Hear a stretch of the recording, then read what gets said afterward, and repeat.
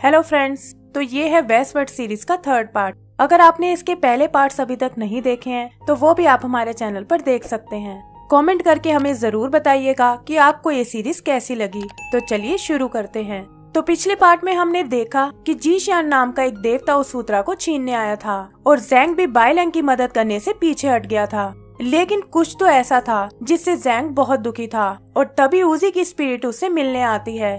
वो ज़ैंग से कहती है कि ड्रैगन किंग ने मुझे तुम्हारी पूरी स्टोरी सुनाई थी कि कैसे तुम ही सूत्रा को इंसानी दुनिया में लाए थे, लेकिन उस वक्त मुझे नहीं पता था कि मैं भी उस स्टोरी का एक हिस्सा हूँ।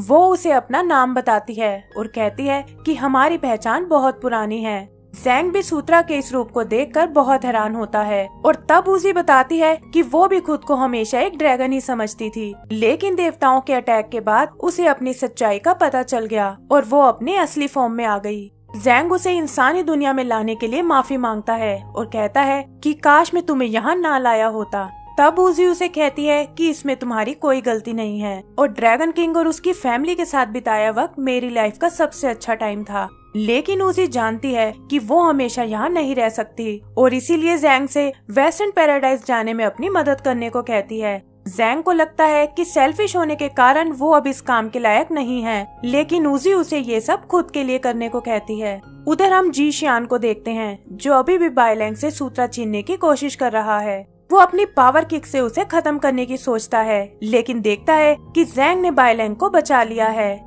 यहीं हम ज़ैंग का एक फ्लैशबैक देखते हैं जब वो सूत्रा को देवताओं के हवाले करने गया था। उसे मालूम था कि वो गलत कर रहा है, लेकिन अपने डर के कारण वो उस वक्त कुछ नहीं कर पाया और इसी वजह से उसके साथी भी मारे गए थे। तभी से वो इस गिल्ड के साथ जी रहा था और चाहता था कि टाइम में वापस जाकर अपने साथियों की मदद कर सके। उसे लगता है कि शायद यही उसका चांस है जब वो बाइलैंग को बचाकर अपने पापों का प्रायश्चित कर सकता है। जीशियान उसे वहाँ से दूर जाने को कहता है, लेकिन ज़ैंग कहता है कि ये लड़का और सूत्रा अब उसकी प्रोटेक्शन में है। ये सुनकर जीशियान को बहुत गुस्सा आता है और वो उसे देवताओं के आने की धमकी देता है। ज़ैंग कहता है कि बहुत टाइम से मैं इग्नोरेंस की लाइफ जी रहा था, लेकिन इस लड़के ने मेरी आंखें खोल दी हैं। अब मैं देवताओं की असलियत जान चुका हूँ और मेरे होते कोई भी देवता इस सूत्रा को नहीं छीन पाएगा। जीशियान उसे एक बार फिर सोचने को कहता है और बताता है कि वो अकेला देवताओं का मुकाबला नहीं कर सकता।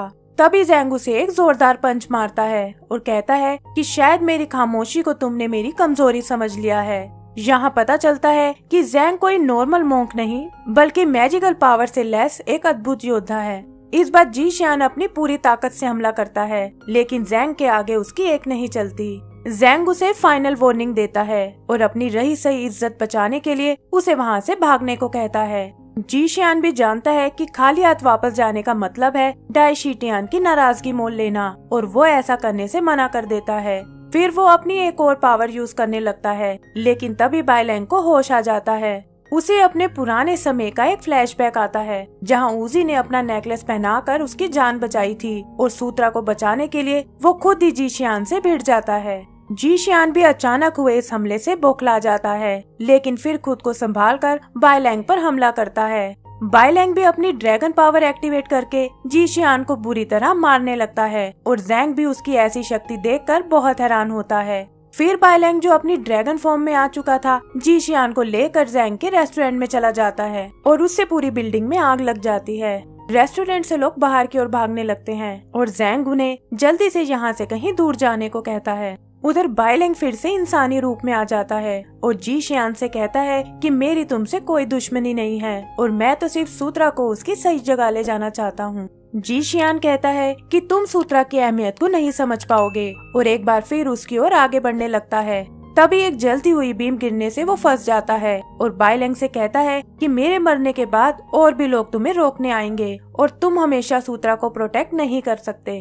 बाइलैंग को लगता है कि शायद उसे जीशियान की मदद करनी चाहिए, लेकिन तभी ज़ैंग वहां आकर उसे बाहर ले आता है। जीशियान की फाइटर्स भी समझ जाती हैं कि उनका मालिक शायद मारा गया है और वो और जीशियान का डॉग वहां से भाग जाते हैं। ज़ैंग भी अपने रेस्टोरेंट की हालत देखकर बहुत परेशान होता है और उसे लगता है कि ये सब बाइलैंग ने जानबूझकर किया है। बाइलैंग उससे माफी मांगता है और ज़ैंग कहता है कि ये उसकी 16 साल की मेहनत थी जो एक ही पल में राख हो गई। फिर वो बताता है कि सूत्रा को यहाँ लाने में उन्हें 10 साल का वक्त लगा था और उसे वापस पहुँचाना उससे भी मुश्किल काम है। उसे डर है कि देवता उनके रास्ते में बहुत रुकावटें डालेंगे जिससे उनकी जान भी जा सकती है। वो बाइलैंग से पूछता है कि क्या तुम इन सब के लिए तैयार हो, और तब बाइलैंग कहता है कि वो उजी के लिए कुछ भी कर सकता है। जैंग उसे पास ही बने एक टेम्पल में वेट करने को कहता है और खुद कुछ जरूरी काम निपटाने वहीं रुक जाता है। तभी उसके गार्ड्स वहाँ आते हैं और पूछते हैं कि आखिर वो उन्हें छोड़कर कहाँ जा रहा है। जैंग उन्हें बताता है कि उसका जाना बहुत जरूरी है, लेकिन काम खत्म होने पर वो यहाँ वापस जरूर आएगा और तब तक उन्हें सिटी का ध्यान रखने को कहता है। फिर जैंग पूरी रात बैठकर वहाँ तपस्या करता है और अपनी आने वाली जर्नी के लिए बुद्धा से ब्लेसिंग लेता है। सिटी के लोगों को भी कुछ समझ नहीं आता और जैंग उन्हें बिना कुछ बताए वहाँ से चला जाता है। इधर टेम्पल में हम बाइलैंग को देखते हैं जो सूत्रा को हाथ में पकड़े सो रहा है। तभी जैंग वहाँ आता है और कहता है कि अगर तुम इसी तरह सोते रहे तो जल्दी ही देवता यहाँ भी पहुँच जाएंगे। फिर वो उसे अपने साथ टेम्पल में ले जाता है और बाइलैंग देखता है कि वहाँ एक सीक्रेट बेसमेंट है।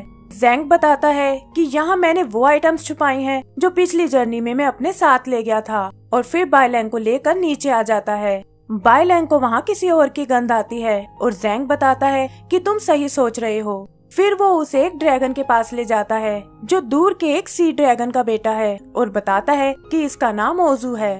आगे वो बताता है कि ओजू बहुत ही शैतान था और इसीलिए सी ड्रैगन ने इसे किंगडम से बाहर निकाल दिया। कुछ टाइम बाद ये गुआन के हाथ लग गया जिसने इसे एक घोड़े में बदलकर मेरे साथ वेस्ट की जर्नी पर भेज दिया।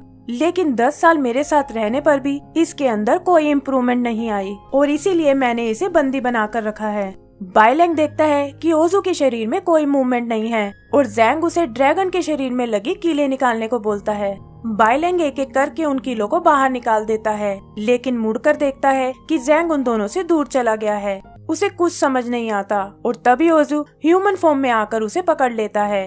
वो जैंग से पूछता है कि मैंने भी सूत्रा लाने में तुम्हारी मदद की थी, तो फिर आखिर तुमने मुझे कैद क्यों किया हुआ है। जैंग उसे बताता है कि तुम्हारे पापों के लिए ये बहुत छोटी सी सजा है, और ये सुनकर ओजू को गुस्सा आ जाता है। फिर वो जैंग से बाइलैंग के बारे में पूछता है और जैंग बताता है कि तुम्हारी तरह ये मेरा नया साथी है। ओजू बाइलैंग को एक तरफ फेंक कर वहाँ से जाने लगता है और जैंग उसे एक बार फिर अपने बुरे कामों के बारे में सोचने को कहता है। ओजू को इन सब से कोई फर्क नहीं पड़ता और वो खुद को आजाद समझकर वहाँ से बाहर चला जाता है। वहाँ उसकी नजर लोगों पर पड़ती है और वो उन्हें तंग करने के लिए ड्रैगन बनकर सिटी की ओर चला जाता है। बाइलैंग उसके जाने से परेशान हो जाता है, लेकिन जैंग कहता है कि उसकी चिंता करने की कोई जरूरत नहीं है और उसे जर्नी के लिए पैकिंग करने को कहता है।